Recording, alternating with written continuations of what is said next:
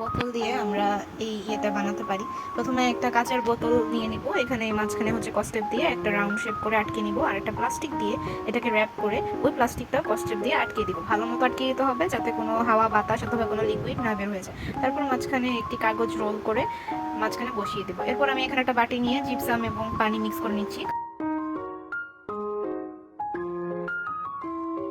একটু brown colour মিশিয়ে নিচ্ছি, পুরোপুরি ভাবে মিশাবো না কারণ আমি একটা হোয়াইট আর ব্রাউনের মধ্যে শেড চাচ্ছিলাম, আপনারা চাইলে পুরোটা মিশিয়েও দিতে পারছেন। এরপর আমি মিক্সচারটা ঢেলে দিব। ঢেলে নেওয়ার পরে দেখতে পাচ্ছেন যে মিক্সচারটা হালকা হালকা করে ট্যাপ করে নিচ্ছি যাতে কোনো বাবলস না থাকে। এরপর 3 থেকে 4 ঘন্টা পর শুকিয়ে যাওয়ার পরে আমি এই র্যাপটা খুলে ফেলবো।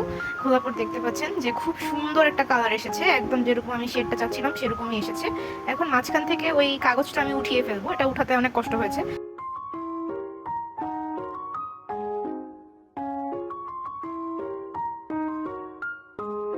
যাই হোক, এখন আমি হচ্ছে আমার স্ট্রিট পেপার দিয়ে এটাকে ভালো মতো সমান করে নিব যাতে কোনো কোনা টোনা বের হয়ে না থাকে।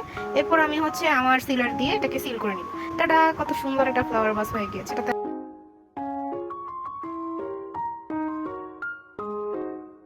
লিকুইডটা দিয়ে একটা ট্রেও বানিয়ে নিয়েছি।